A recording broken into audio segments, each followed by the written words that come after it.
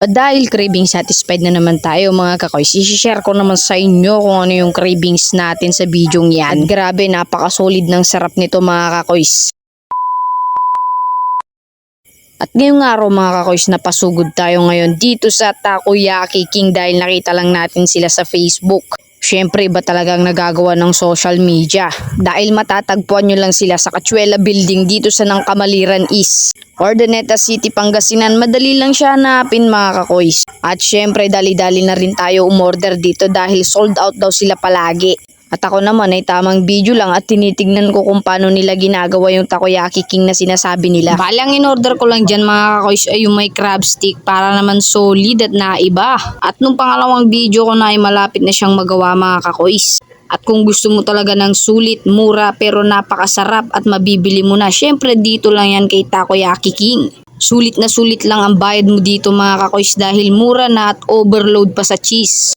Bali hindi din spicy yung in-order natin dyan mga kakoys. At syempre habang hinihintay natin na outfit check muna, chinelas lang muna tayo na Crocs at syempre short lang yan. At ibibideo ko at piplex ko na rin pala para madali nyo siyang mahanap mga kakoys. Bali yung tabi din pala niyan ay may mini mart. Pwede ka ring mag-cash in at mag-cash out.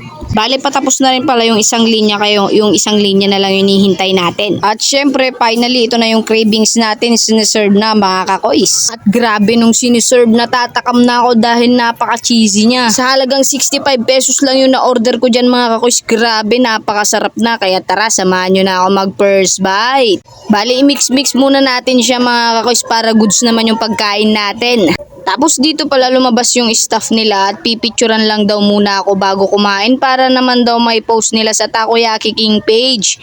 Maraming salamat! 1, 2, 3, smile para naman pogi pag pinost. At pagkatapos niyan, ready na tayo sa first bite niyan mga kakoys. Wala nang bitin-bitin. Tara, simulan na natin sa first bite. Unang bite ko, hindi ko siya may subulat dahil sobrang laki. At grabe yung cheesy niya mga kakoys. At magsa-second bite tayo agad mga kakoys. Grabe, satisfied talaga. Takoyaki King ka talaga. Grabe yung cheese niya mga kakoys. Umaapaw. Syempre, ayokong masayang. At third bite natin, grabe. Pinilit kong isubo yung isang buo. Syempre kuha din tayo ng tissue mga kakoys at punasan din natin yung nguso natin dyan. Syempre marami din natin iba't ibang klase ng flavor ang meron sa kanila. Pwede din kayong mamili. May ham and cheese at kung ano-ano pa na pwedeng ilagay sa Takoyaki King.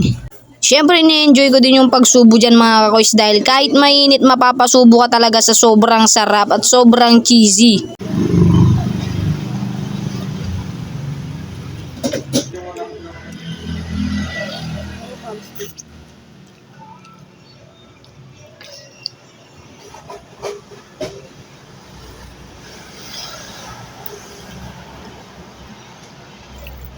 At kita nyo naman, ubos na yung kinakain ko pero overload pa rin yung cheese. Ganyan kalupit. Kaya salamat sa mga nanonood. Bye-bye!